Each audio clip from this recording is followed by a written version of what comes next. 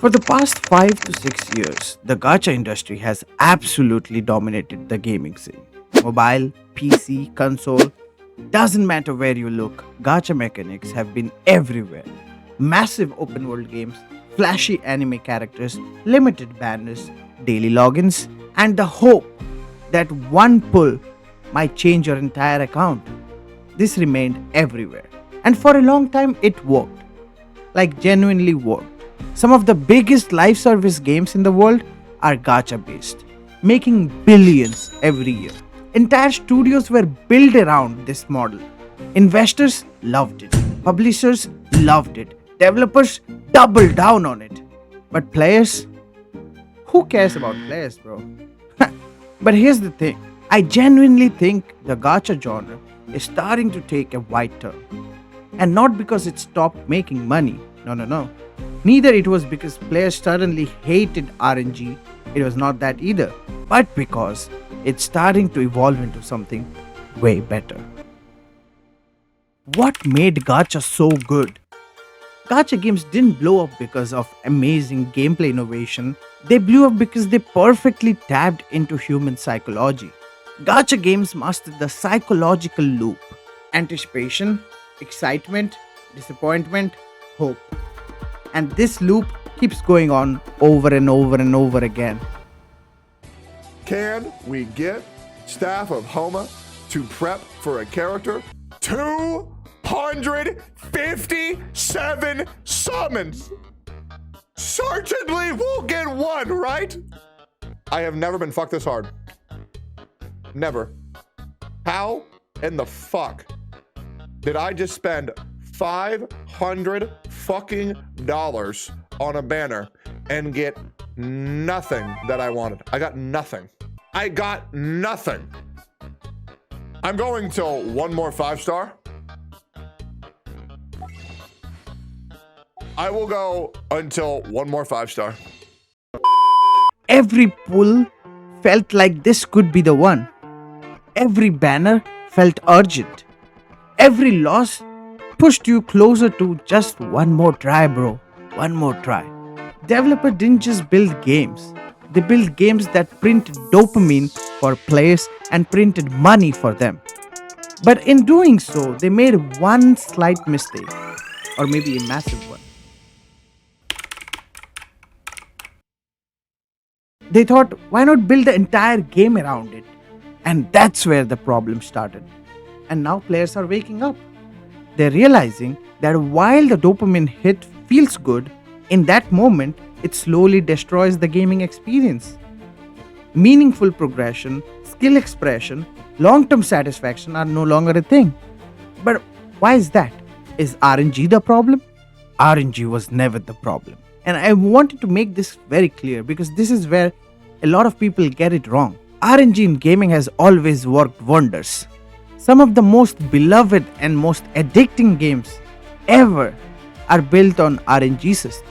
Look at RuneScape. Boss drops, rare items, low percentages, yet players grind thousands of hours happily just to get what they want. Or Path of Exile. The entire game is basically a casino of loot, but nobody complains because you earn every roll through gameplay. Even New World, which is dead now, sadly. That was a sad death.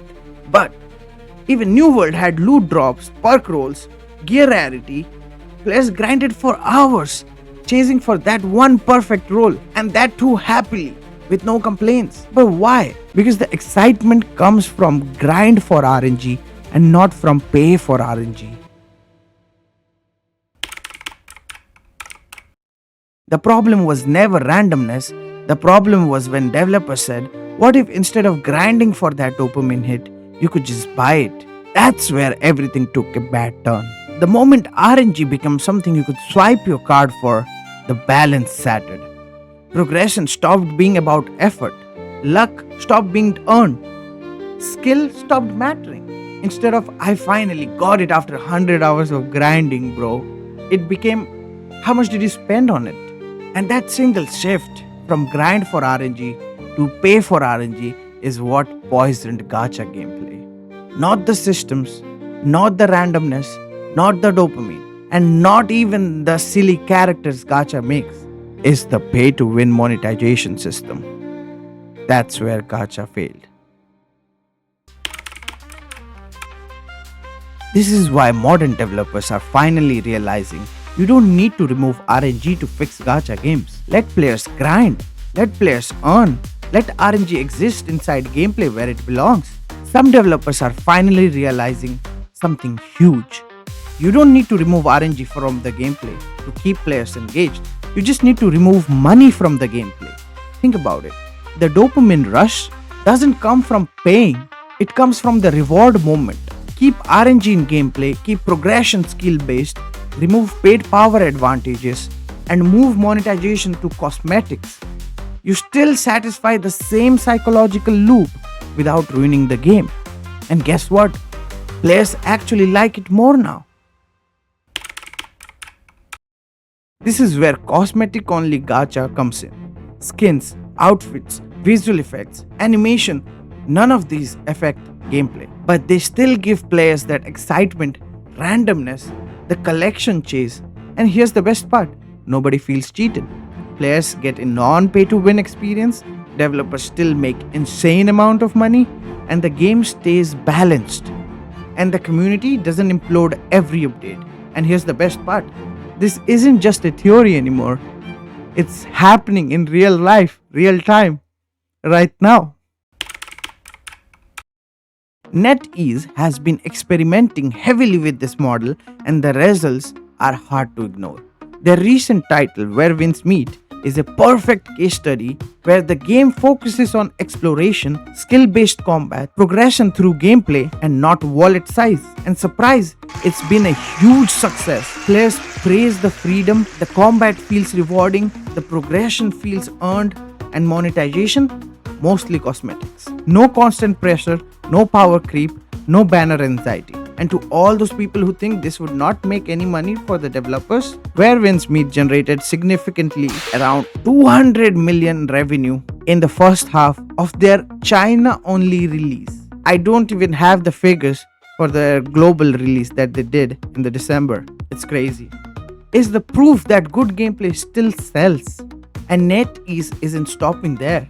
Their upcoming AAA project, Ananta, goes even further. No gameplay gacha, no pay-to-win mechanics. Just a fully playable gameplay experience where progression is tied to, playing the game.